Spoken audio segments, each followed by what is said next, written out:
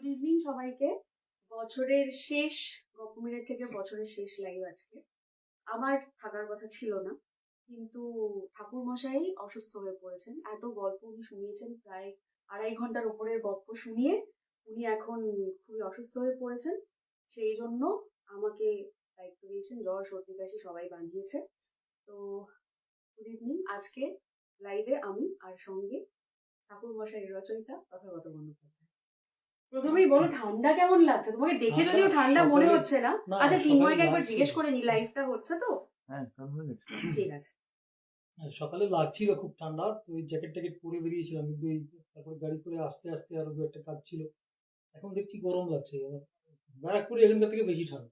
হ্যাঁ, সেটা তো খুবই স্বাভাবিক। আমার বাড়ি খড়দা, আমি জানি, কারণ মাকে আমি রোজই দুবেলা মার আমার এই কথাটাই হয় যে ঠান্ডা কিরকম পড়েছে। তুমি কি খুব শীতকাতরে মানুষ? একদম না, আমি হ্যাঁ। উল্টো। আমার মানে অনেক শীতেও গায়ে কিছু দিই না, মানে রোজ যাতায়াত করি, যখন ট্রেনেই যাতায়াত করি ব্যারাকপুর থেকে। কারণ আমার বঙ্গবাসী কলেজে পড়ে তো, শিয়ালদার জাস্ট পাশে, আর ওদিকে ব্যারাকপুর স্টেশনের ঠিক পাশে আমার বাড়ি। ট্রেনটাই আমার পক্ষে সবচেয়ে ভালো।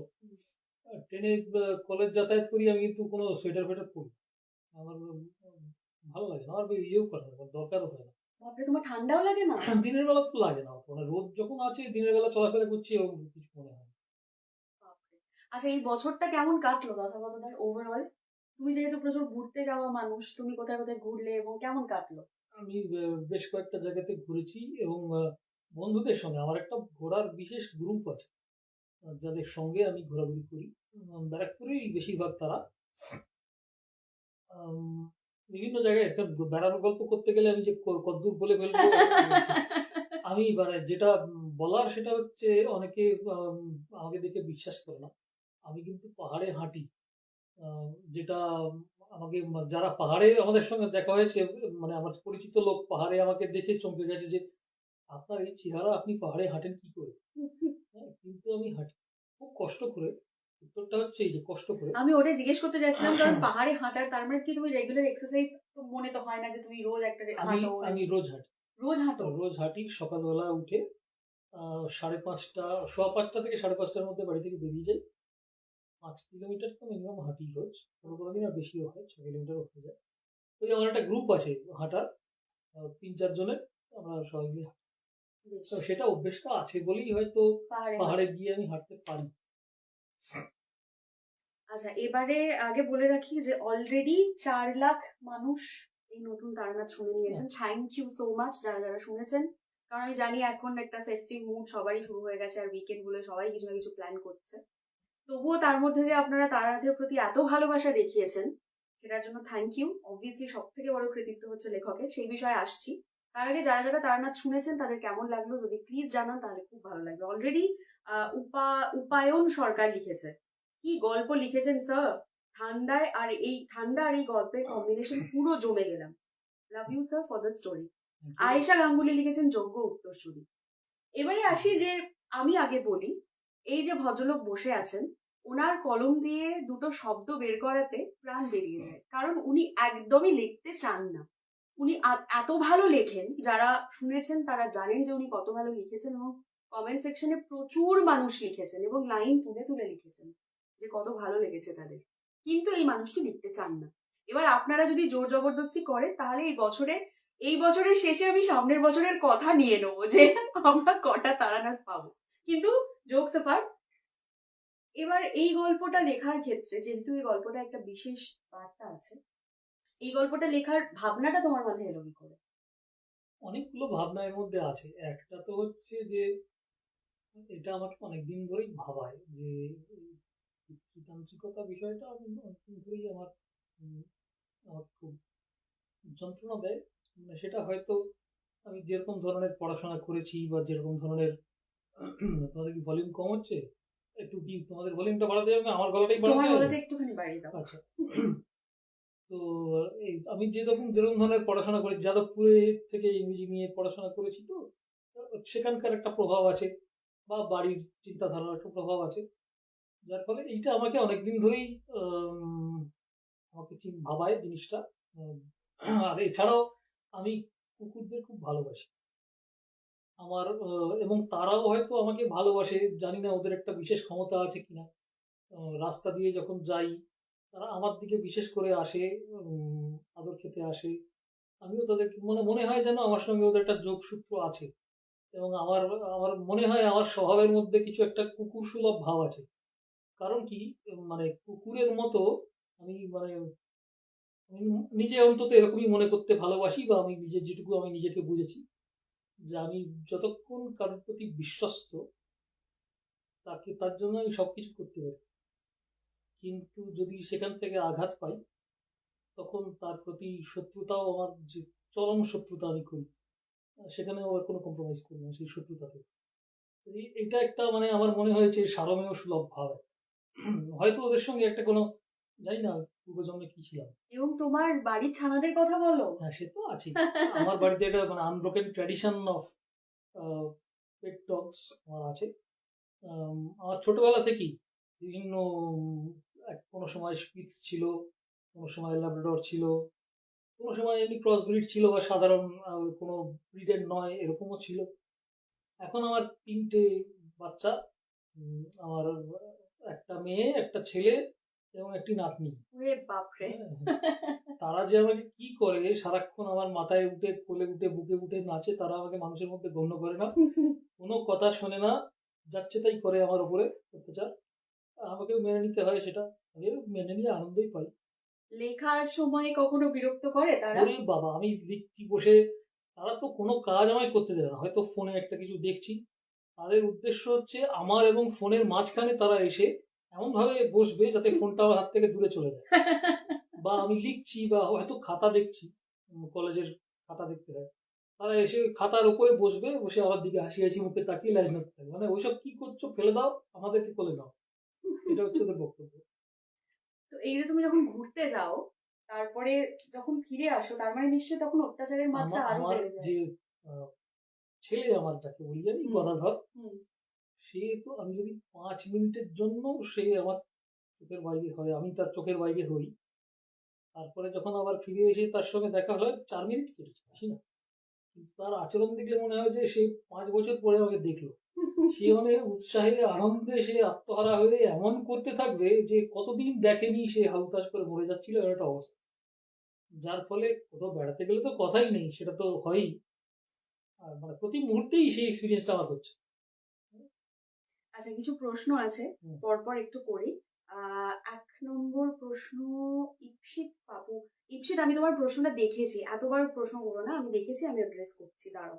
তুমি অনেকবার একই প্রশ্ন কপি পেস্ট করেছো, এটা করো না। আচ্ছা, তাহিয়া জামান লিখেছেন দারুণ হয়েছে।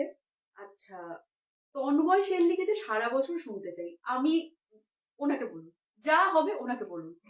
আচ্ছা, খুব সুন্দর লিখেছেন স্যার, মার্শাল হেমব্রম বলেছে।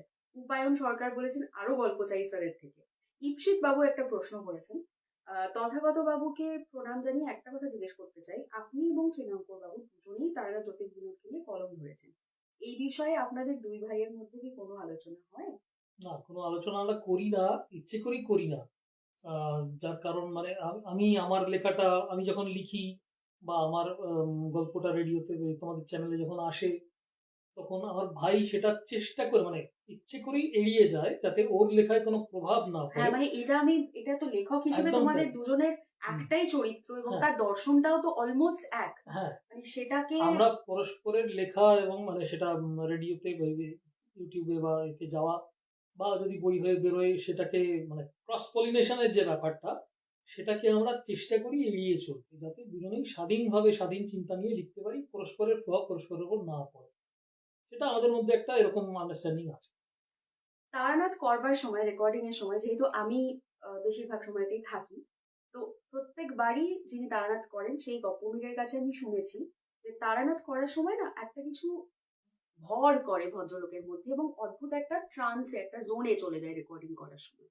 কারণ ওই চরিত্রটার মধ্যে দিয়ে, মানে যার জন্য আপনারা এত ভালোবেসেছেন, কারণ ওই লোকটার সঙ্গে তারানাথ চক্রবর্তীর নামটা জড়িয়ে গেছে গপ্পমীরের সঙ্গে।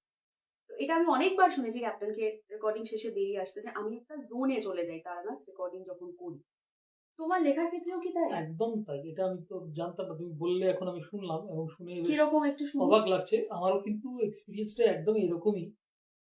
কারণ কি, ধরো তুমি আমাকে একটা সময় দিয়েছো, তুমি খুব কম সময় দাও আমাকে, শেষ পর্যন্ত এসে একদম শেষ মুহূর্তে এসে বলে দিনের মধ্যে দিতে হবে, ওরকম করলে তো হবে না, ওইটা সময় দিতে হবে।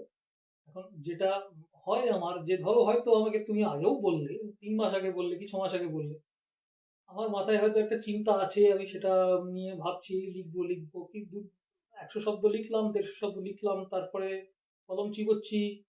কলম চিবোচ্ছি ঠিক নয়, আমি কলম দিয়ে লেখা এখন আর হয় না, ইলেকট্রনিক্যালি লেখা হয়, কিন্তু সেই এটা আসে না অনেক সময়। মানে হয়তো আমি 6 মাসের ভেতর 5 মাস ধরে আমার কিছু আসছে না সেই বিষয়টা। তারপরে যখন হঠাৎ করে একটা এলো গল্পটা, তখন আমি হয়তো 3 দিন লিখে ফেললাম। এইটা হচ্ছে একটা মানে ক্লিক করার একটা বিষয় থাকে, মাথার ভেতর কিছু একটা ঘটে, কোনো একটা বিশেষ ক্লিক করে কোথাও কিছু, তখন আর থামানো যায় না, তখন আমি ঘুমোই না, স্নান খাওয়া ছেড়ে দিয়ে প্রায় দরজা বন্ধ করে আমি লিখি। এই বিষয়টা আমারও আছে।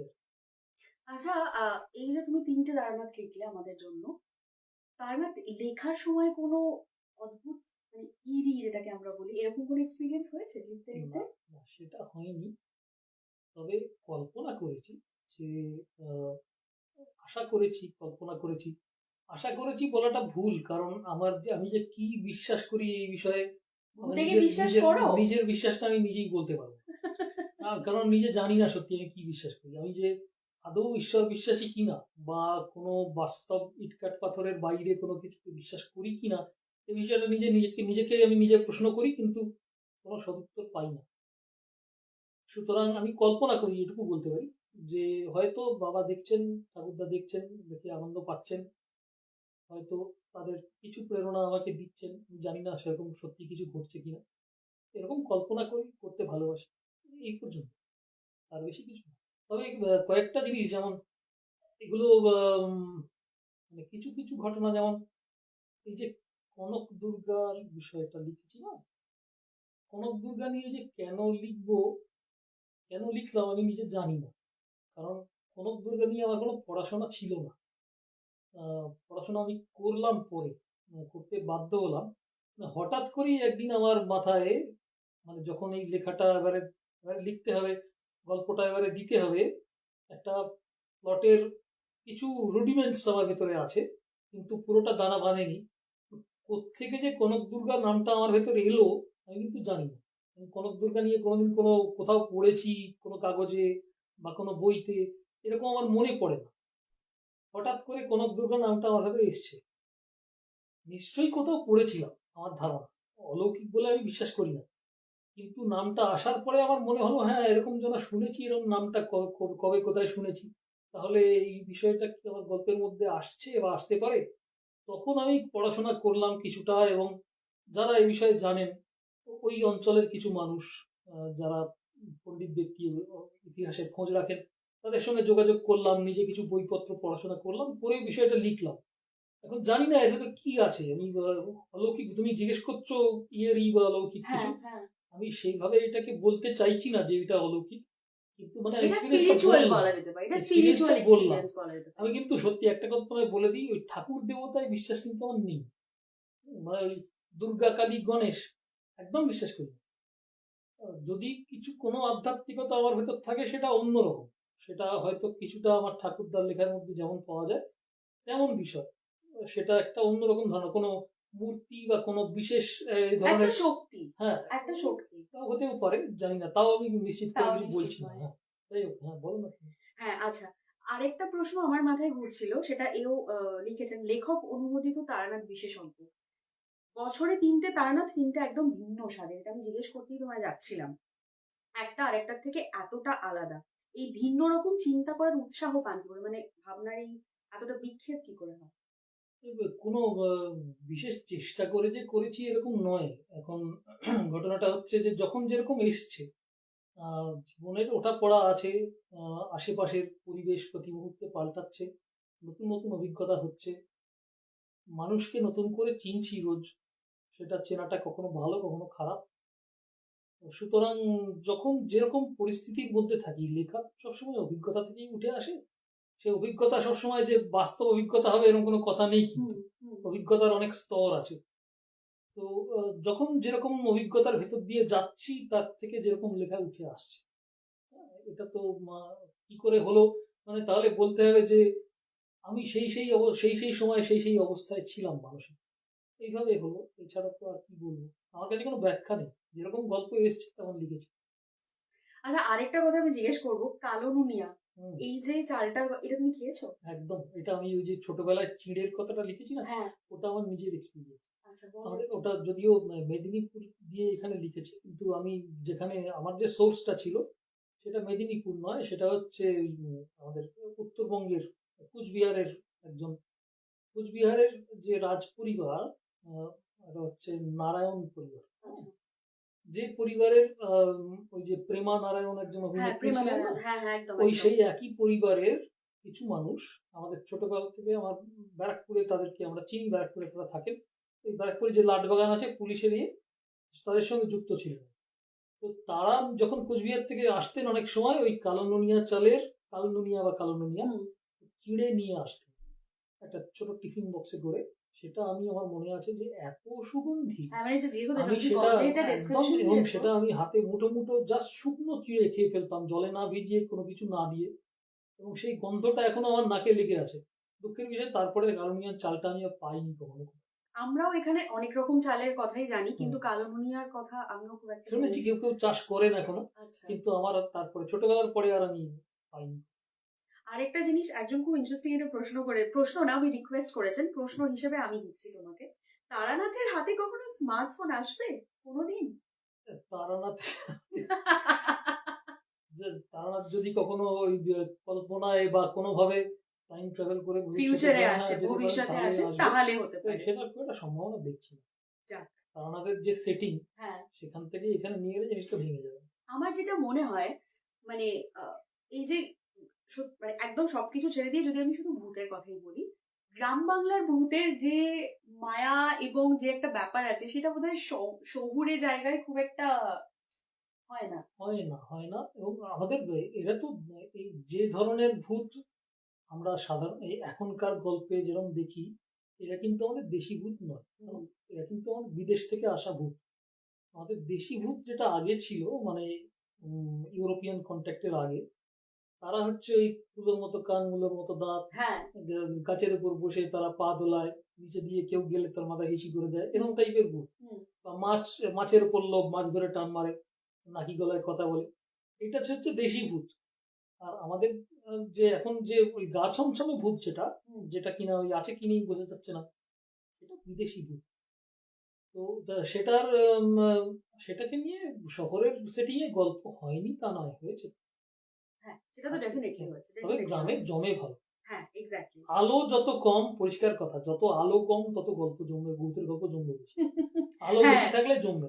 লোডশেডিং না হলে, আলো আঁধারি না হ্যাঁ, হলে ভূত আসবে কি করে? সারাক্ষণ যদি টিউবলাইটের আলোয়, হ্যালোজেন আলোয় ভূত পালিয়ে যায়। ভূত পালিয়ে যায়। সেটা আমার ওই প্রথম গল্পটা আমি লিখেছি, দেখবে যে ওই দেশলাই জ্বালাতে ও হ্যাঁ হ্যাঁ চাইছে না, হ্যাঁ হ্যাঁ, তার কারণ হচ্ছে তারা বলছে ওখানে যে আলোয় ওদের অসুবিধা হয়। অসুবিধে হয়। আচ্ছা, আপনারও কি বিভূতিভূষণ বন্দ্যোপাধ্যায়ের মতো স্বপ্নে ভবিষ্যৎ দর্শন হয়েছে?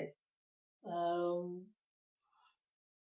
ওরকম যেরকম বিভূতিভূষণের অভিজ্ঞতার কথা আমরা জানতে পারি ওরকম হয়নি, তবে কিনা একটা বলতে পারি, সেটা হচ্ছে এই যে যে পরিতোষ বাবুর যে স্বপ্নের কথাটা এখানে আছে, সেই স্বপ্নটা আমার নিজের দেখা। হ্যাঁ। হ্যাঁ, এটা আমি নিজের অভিজ্ঞতা দিয়েই লিখেছি। আমার একটি কুকুর ছিল, তার নাম হচ্ছে আরগাস। আরগাস। আরগাস, আরগাস নামটার একটা ইতিহাস আছে গ্রিক, হ্যাঁ। ইলিয়াডে তুমি যদি পড়ে হ্যাঁ। থাকো, হোমারের লেখার ভেতরে, ওডিসির ভেতরে আছে। তো সেই আরগাস নামের ক্রস ব্রিড ছিল একটা, অত্যন্ত ইন্টেলিজেন্ট, এবং সত্যি ওই যেখানে হাত জোর করার কথাটা লিখেছি না, ওইটাও সত্যি করতো। এত মানে চোখের দিকে তাকালে বুঝতে পারতে যে অলমোস্ট হিউম্যান ইন্টেলিজেন্স একটা ওর ভিতরে আছে। কম বয়সে মারা যায়, এবং তার কিছুদিন পরে আমার কন্যার জন্ম হয়। আচ্ছা।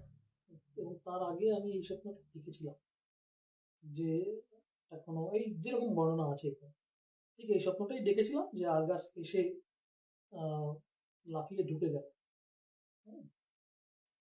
হ্যাঁ, ওই জায়গাটা ভীষণ সুন্দর, এবং হুম। এই গল্পটায় সবাই লিখেছেন যে ভালো, ঠিক আছে, সবই ঠিক আছে, কিন্তু গল্পটার মধ্যে না অদ্ভুত দুঃখ আছে, ভীষণ কষ্ট হয় তো একটা। এবং সত্যি সত্যি শীতকালে বিশেষ করে রাস্তায় যারা থাকে, যে স্ট্রি ডগস, ক্যাট যারাই থাকে, মানে তারা, আমাদেরও ঠান্ডা লাগে, তারাও তো প্রাণী, তাদেরও তো প্রাণ আছে, তাদেরও ঠান্ডা লাগে।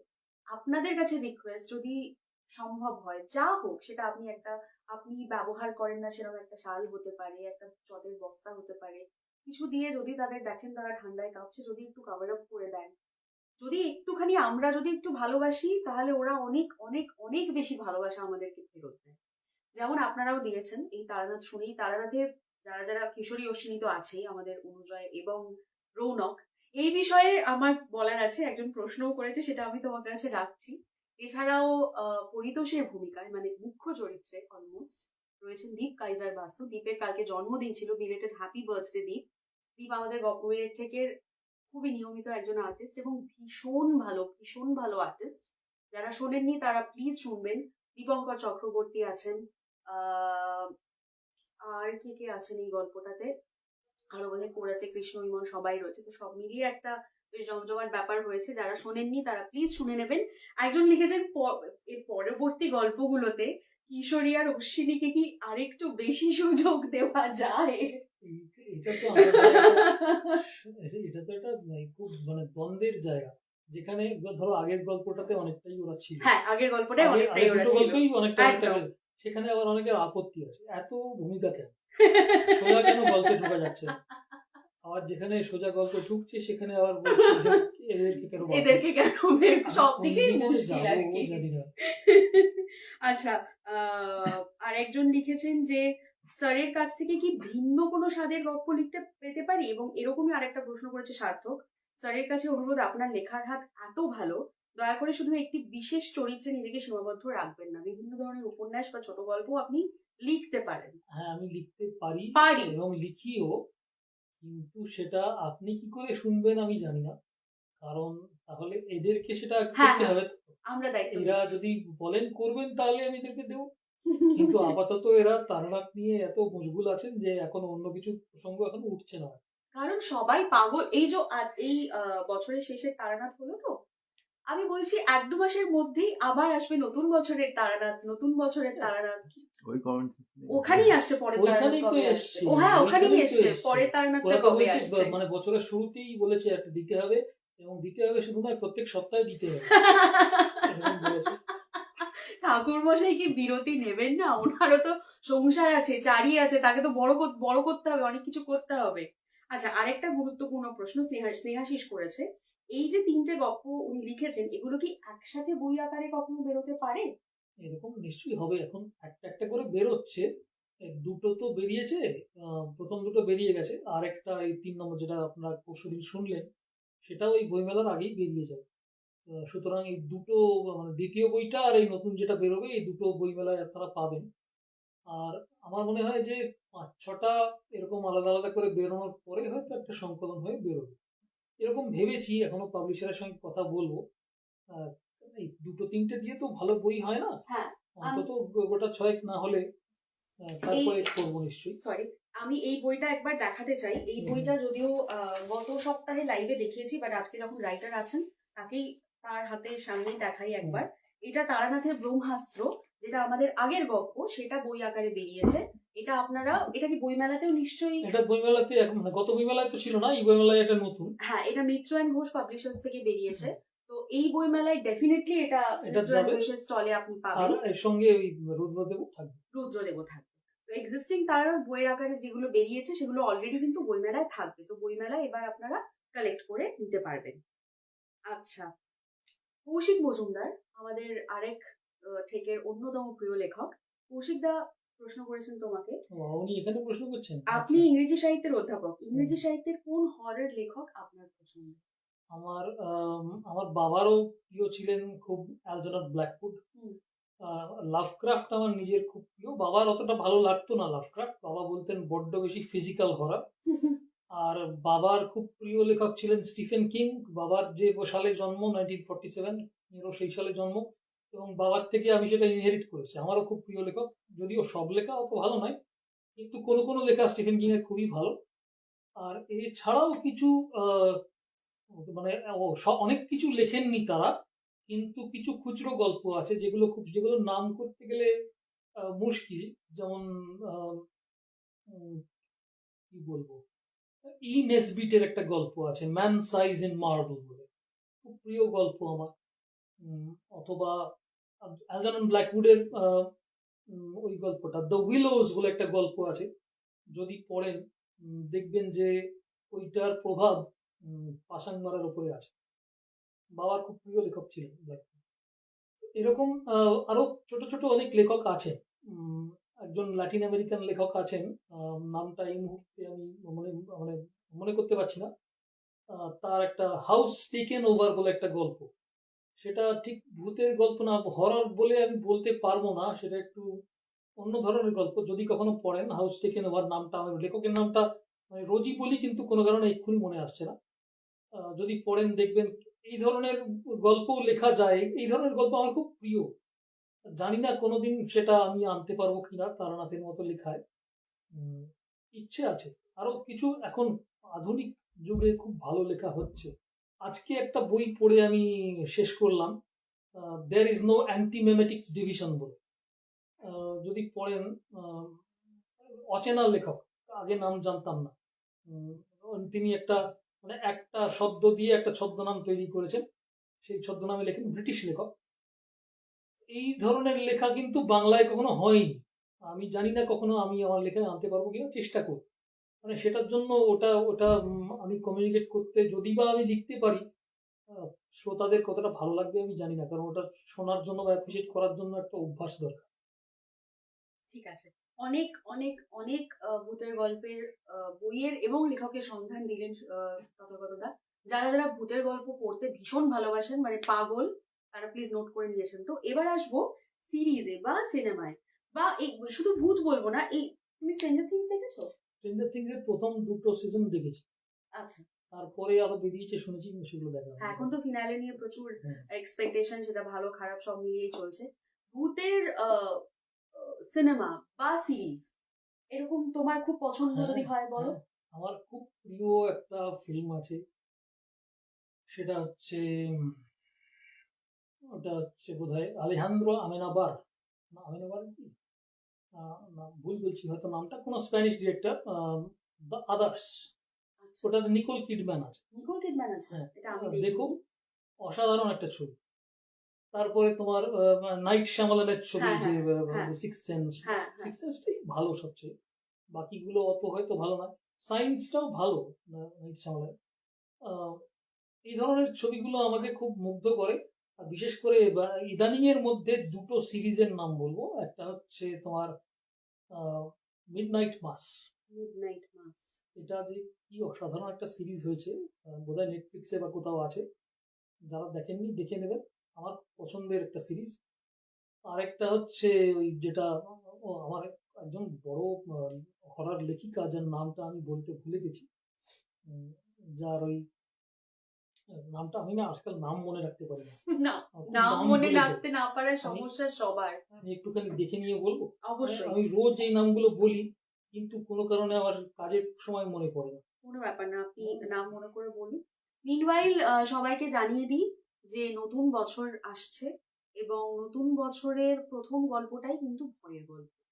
মানে এই ঠান্ডায় ভূতের গল্প, এই যে আপনাদের একটা দাবি থাকে, সেটা মাথায় রেখে নতুন বছরে এই যে প্রথম জানুয়ারি নেক্সট শনিবার যে গল্পটা আসছে, সেটা কিন্তু একটা ভূতের গল্প। ঠিক আছে, কি গল্প সেটা আপনারা জানতেই পারবেন।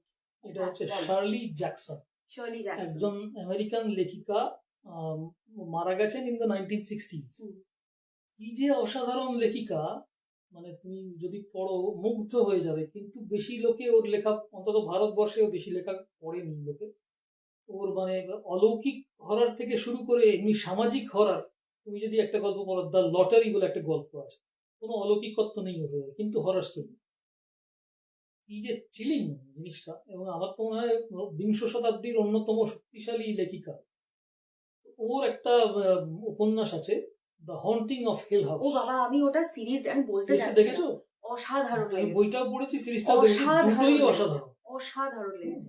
ইনফ্যাক্ট ব্লাই ম্যানর ভালো, কিন্তু এটা বেটার। একদম হিল হাউস অনেক বেটার। মানে এটা এটা ডিস্টার্বিং, মানে এটা একটা অদ্ভুত একটা অস্বস্তি দেয়, শুধু আমার ভয় মনে নয়। হয় এবার এর পরে বুঝেছি, জানো তো, লেখার সময় অনেক সময় খেয়াল করি না যে কোনো কিছুর প্রভাবে লিখছি কিনা। আমার যেটা পরে আমি মনে করেছি যে প্রথম গল্পটা দেখেন ভণ্ডারদা, হুম, তার ভেতরে ওই যে ঘাড় বেঁকিয়ে দাঁড়িয়ে আছে কারণ ঘাড়টা হ্যাঁ, ভাঙা। আমার পরে বুঝলাম যে আমার ওই হন্ডিং হিল হাউসের ওই যে ঘাড় বেন্ট বাঁকা নেক লেডি, নেক লেডি, ওইটার প্রভাব আমার পড়েছিল। ওই এটা কিন্তু এপিসোডটা লেখার সময় আমি নকল করে লিখিনি, এটা আমি পরে বুঝতে পারলাম যে এটা আমার সাথে ছিল। আসলে অনেক কিছু আমরা এগুলো তো হয়, সবসময় জানো তো? দেখতে, হ্যাঁ, হ্যাঁ হ্যাঁ। শিল্পে তো ওরকম ভাবে বাউন্ডারি হয় না, না, আমরা সবসময় প্রভাবিত হতে হতেই তো এটাই লিখি। ব্যাপার, হ্যাঁ। বেশ, আচ্ছা মাতু পাগলিকে চাই, মাতু পাগলি কি আসবে? এত কিছু সব বলে দিলে তো সব মিস্ট্রিটাই চলে যাবে। এটা বলতে পারবো না, মাথু পাগলি যদি কখনো সেরকম আনার মতো হয় তাহলে আনবো, কিন্তু সেটা আমি কথা দিতে পারছি না। বেশ, আর হিন্দি যদি আমি তোমায় জিজ্ঞেস করি, আরেকজন যে ল্যাটিন আমেরিকান লেখকের কথা বলতে যাচ্ছিলাম, হুলিও কর্তাজার। ভুলিও করতে পারে। এর লেখা মানে বড় লেখক, তার ভেতরে একটা গল্প বিশেষ করে আমাকে খুব স্ট্রাইক করেছিল, সেজন্য বললাম, house taken over. House taken over. আর যদি আমি হিন্দির কথা বলি, হিন্দি দেখো কিছু? হিন্দিটা আমার একটু কম দেখা হয়, তার কারণটা হচ্ছে আমি হিন্দি বেশি বুঝি না, আমার হিন্দি ভাষা খুব দুর্বল। আচ্ছা, হ্যাঁ, আমি হিন্দি বলতে গেলে সেটা একটা হাস্যকর হয়ে যায়, এবং হিন্দি যখন সিনেমা দেখি তখন অনেক কথা আমি বুঝতে পারি না, যার ফলে হিন্দি দেখে আমি অতটা এনজয় করতে পারি না। হুম, দেখি, দেখি না একদম তা নয়, কিন্তু তার থেকে বেশি এনজয় করি যেগুলো মানে আসলে ভাষা নিয়ে অত ভাবি না, যেটা ভালো কাজ সেটা দেখি। বেশ, সেটাই, কারণ আমরা হুম, এখন ওই এত স্প্যানিশ দেখেছি, কোনো হুম, কোরিয়ান সিরিজও দেখি, ভাষাটা হুম, আমাদের কাছে আর ম্যাটার করে না, ওটা হুম। অভ্যেস হয়ে গেছে। সাবটাইটেল কোরিয়ান হলে সাবটাইটেল হ্যাঁ, দিয়ে দেখি। সাবটাইটেল দিয়ে হুম, দেখে নিই, তো আমাদের ভাষাটা হুম, আর ম্যাটার করে না। অভিষেক দিয়ে দাবি করেছে একটা স্টোরি চাই যেখানে তারানাথ তান্ত্রিক, আগমবাগিস, আর এইটা কিন্তু অনেকেই বলছে, আমার মনে হয় তোমরা তোমরা তিনজন লেখক না এক জায়গায় হয়ে একটা আলোচনা করে এরকম একটা মাল্টিভার্স, এখন তো সব জায়গাতেই একটা মাল্টিভার্স কনসেপ্ট এসে গেছে, এই দুনিয়া থেকে লোক ওই দুনিয়ায় চলে যাচ্ছে। যে ওটা টাইম ট্রাভেল না করলে ওটা কি করে হবে আমি জানি না। আপনাদের তিনজনের জন্য পেন কিনে দেবে, অভিষেক দে বলেছে। থ্যাংক ইউ সো মাচ, এটা দারুণ বলেছো তুমি। ধন্যবাদ। তিনজনের জন্যই পেন কিনে দেবে, আপনাদের তিনজনকে এক জায়গায় বসে এই তিনটি চরিত্রকে আনতে হবে। ঠিক আছে, আমরা দেখছি কি করা যেতে পারে। আচ্ছা, মহাসিন্ধুর ওপার থেকে কবে আসবে? আসবে, এবং হ্যাঁ, এই খুব প্রশ্নটা শিগগিরই অনেকবার আসবে। দেখছি, মাঝে মাঝে দুটো তিনটে কমেন্টের পরে পরই এটা কার লেখা গো, আমি দেখিনি। মহাসিন্ধু এটা হচ্ছে সৌভিক চক্রবর্তী, আচ্ছা, নিশ্চয়ই যার খুব ভালো চরিত্র হয়েছে হচ্ছে গল্পটা, এত লোক যার চাইছেন চরিত্র যখন। হচ্ছে নীরেন ভাদুরী। ও, আচ্ছা। নীরেন ভাদুরীর গল্পই হচ্ছে মহাসিন্ধুর ওপার থেকে। তার প্রথম ভাগটা আমরা শুনিয়েছি, মধ্য ভাগটা বেরিয়ে গেছে গল্পের বইয়ের আকারে, সেটাও আমাদের এখানে খুব শিগগিরই আসতে চলেছে। এবার প্রথম ভাগটা শুনে, প্রথম ভাগের শেষটা আসলে এমন একটা জায়গায় হয়েছে, একটি মূল চরিত্র তাকে এমন একটা জায়গায় পৌঁছে দেওয়া হয়েছে যে লোকজন আর দিতে পারছে না। শুনতে হবে আমাকে, নিশ্চয়ই এত ভালো হয়েছে বলেই এত লোক চাইছেন। হ্যাঁ প্লিজ শুনবো, তুমি হ্যাঁ। শুনো, শুনে ফিডব্যাক দিও। হুম। আচ্ছা, আমাদের সময় মোটামুটি শেষ। প্রথমত তথাগতদাকে অনেক অনেক ধন্যবাদ, তথাগতদা কিন্তু অনেক দূর থেকে এসে, মানে আমার বাড়ি আর তথাগতদার বাড়ি কাছাকাছি, মানে আমি যেখানে আমার খড়দা, বাবা হ্যাঁ, মা, খুব হ্যাঁ ভালো। আমার বাবা মা যেখানে থাকেন। তো তথাগতদাকে প্রথমত অনেক অনেক থ্যাংক ইউ, শুধু থ্যাংক ইউ নয়, আপনারা সাক্ষী। আমি এই বলে রাখলাম, সামনের বছরে তারানাথ কবে আসবে সেটা উনিই জানেন, এবং ওনাকে দিতেই হবে, কারণ না, আমি আমি বলেছি গদুলিকে যে আগের থেকে কিছু বলে দিও, তারপরে আমি চাপে পড়ে যাবো। আমার যখন লেখা আসবে, আমি যখন করতে পারবো তখন আমি বলবো, তখন অ্যানাউন্স করবো। হ্যাঁ, ঠিক আছে, সেটাই এই নয় হবে। বছরে দেখো 3টে গল্প গেছে, এই বছরই আমার। বছরে তুমি যদি 3টে গল্প না দাও, না, ভক্তকুল 3টে কি করবে বলো দেখি? পারবো না, 3টে পারবো না, আমি খুব কুড়ে, ওটা বোঝার চেষ্টা করো। কিন্তু লোকে এত ভালোবাসছে তোমার লেখা, এই গল্পটাই সবকিছু ছাপিয়ে গেছে, সবাই বলেছে যে এত ভালো লেখা, এত ভালো লেখা, যেন মনে হচ্ছে সত্যি সত্যি সেই পুরনো তারানাথের একটা আমেজ ফিরে এসেছে। এই লেখাটা তো লোকে শুনতে এবং পড়তে, আমরা যারা পড়ি বা শুনি তারা সবাই উৎসুক হয়ে বসে থাকি। সেজন্য তোমার কাছে রিকোয়েস্ট যে সেটা তুমি মাথায় রেখো, ঠিক আছে? সেটা তো চলতেই থাকবে। দুটো হতে পারে বছরে। এইটা চলছে কিন্তু, হ্যাঁ, যে একদম মানে হ্যাঁ, পুরো বাজারে যেরকম, হ্যাঁ, না না তুমি দরাদরি। দুটো দুটো দুটো নিয়ে খুশি থাকো, না না দুটো হবে না, আপনি 3টে দিন, এটা চলতেই থাকে আমাদের আচ্ছা, এভাবেই এইটা আমাদের। আমি একটা প্রশ্ন, আমি গত বছর এই বছরই জানুয়ারি মাসে 4 জানুয়ারি প্রথম গল্পটা গেল তো, হুম, তারপরেরটা গেল জুলাই মাসে, হুম। তাহলে সেই হিসেবে এই রুদ্রদেবটাও হওয়ার কথা ছিল জানুয়ারিতে, না, বছরের শুরু আর বছরের শেষ হচ্ছে ঠাকুর মশাইকে দিয়ে। তাহলে মাঝখান তুলে দিতে হবে। না ঠিক আছে ফিরিংসে আমি পারবো না। সেটা আমরা দেখছি সেটা কি করা যেতে পারে। আপাতত আপনাদের সবাইকে থ্যাংক ইউ যারা যারা আজকে লাইভে ছিলেন। দু একটা প্রশ্ন এসছে, ক্যাপ্টেন কোথায় গেল? ক্যাপ্টেন এই ওয়েদারে ঠান্ডা লাগিয়ে কাবু। সে সকাল থেকে বেচারা বিছানা থেকে উঠতেই পারেনি, তার গলা দিয়ে অলমোস্ট কোনো আওয়াজ বেরোচ্ছে না, তাই জন্য আজকে সে রেস্ট নিয়েছে। আর নতুন বছর সবার খুব ভালো কাটুক। নতুন বছরে আমরা প্রচুর প্রচুর প্রচুর ভালো ভালো গল্প আনবো, এবং অবশ্যই অবশ্যই খুব শিগগিরই মানে খুবই শিগগিরই মহাসিন্ধুর ওপার থেকে আসছে। আপনারা এত রিকোয়েস্ট করেছেন যে মানে আমি আর ডিলে করতে পারলাম না, আমাকে খুব শিগগিরই দিতে হচ্ছে। প্লিজ শুনতে থাকবেন, আর প্রচুর প্রচুর প্রচুর ভালো ভালো গল্প আসছে, সেগুলোর দিকেও চোখ রাখবেন। সবার নতুন বছর খুব ভালো কাটুক। অ্যাডভান্সে হ্যাপি নিউ ইয়ার 2026। আপনাদের সঙ্গে আবার দেখা হবে গল্প মেরেছে লাইভে নতুন বছর। Thank you.